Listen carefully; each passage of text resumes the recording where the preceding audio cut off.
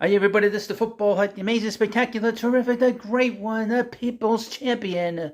Your host, the Hut, and welcome back to the Football Hut. I hope you like this video and subscribe.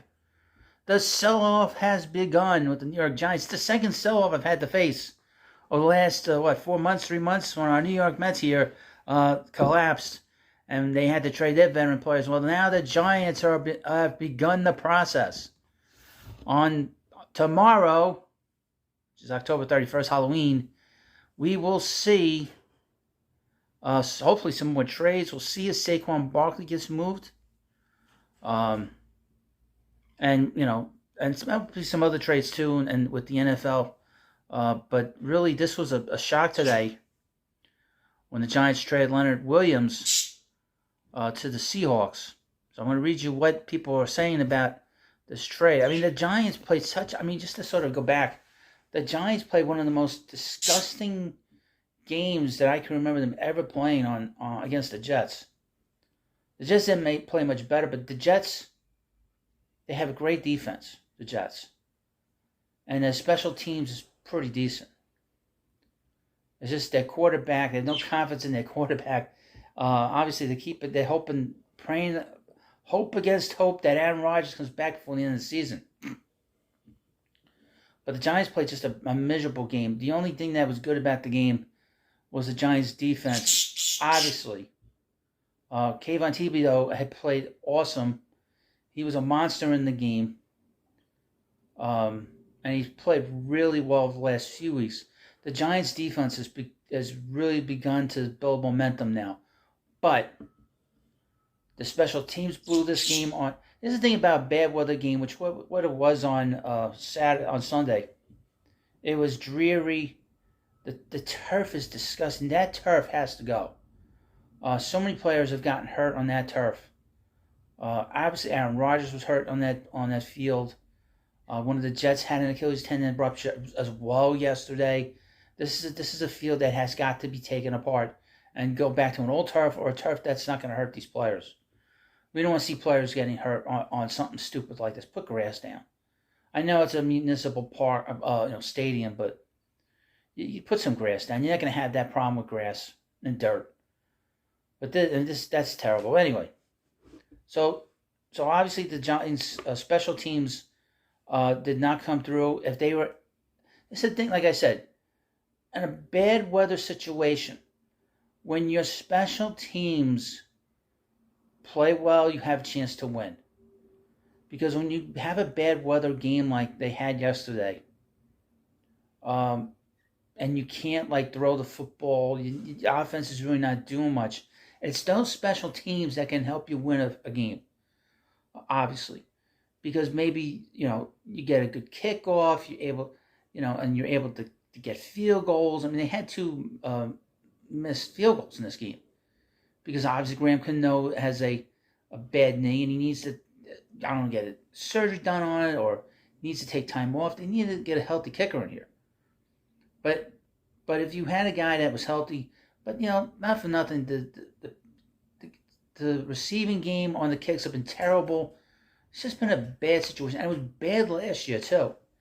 We were hoping that this team would get better in terms of the special teams, but they've been terrible.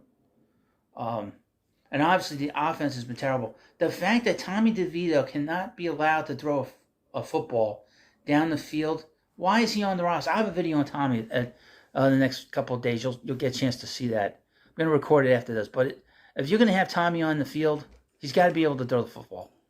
If you don't have any confidence in him, then he shouldn't be here. Simple as that. But let's get to the trade. This is from CBSSports.com. Giants unload defensive linemen for valuable picks. Seahawks improve talent up front. And I would mention the Giants played Seattle. I kind of went through the schedule. And I thought the team had a chance to go 4-4 in the first 8 games. Obviously, that didn't happen. This was the first salvo on this bad season.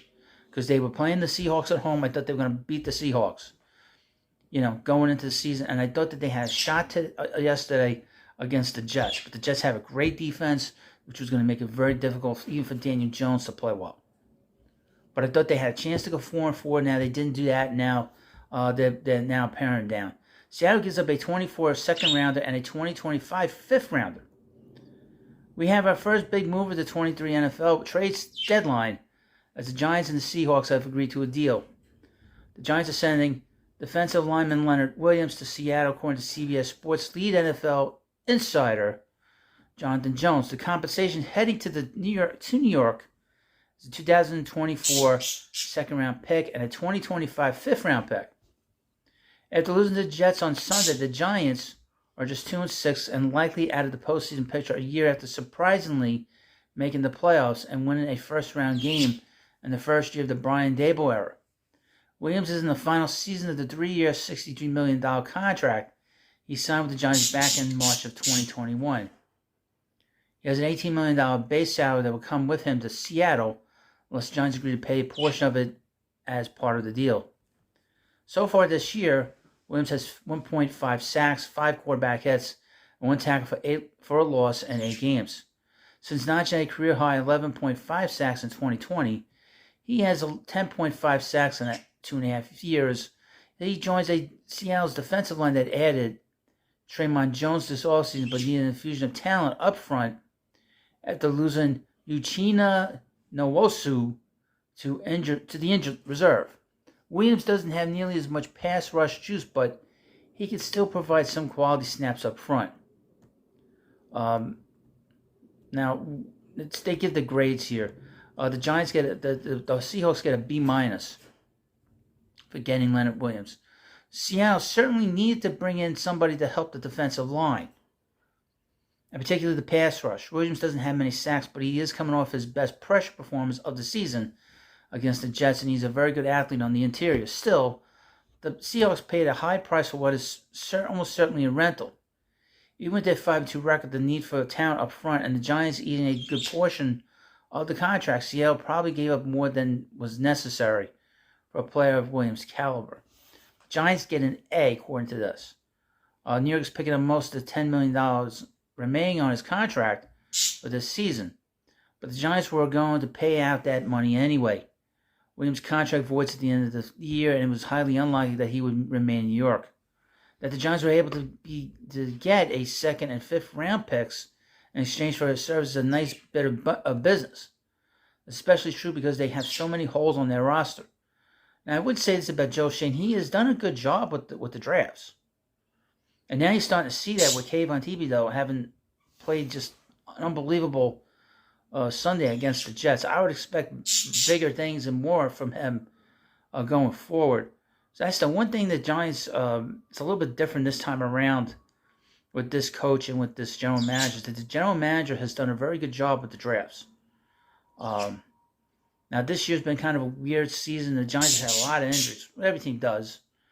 But the Giants have a chance. Not even great. This is not something you want to talk about. They probably have a chance to try to get themselves a quarterback in the draft next year. That's how poorly they played. And I trust this general manager right now. Now, we knew going into the season that this was going to be a very difficult schedule for the Giants. We did not think that, nobody knew that Daniel Jones would gotten hurt. The word is that he's going to play on Sunday against the Raiders in Las Vegas. We'll see how that goes. Neck injuries can be very, very scary. But the Giants are not in a good way right now.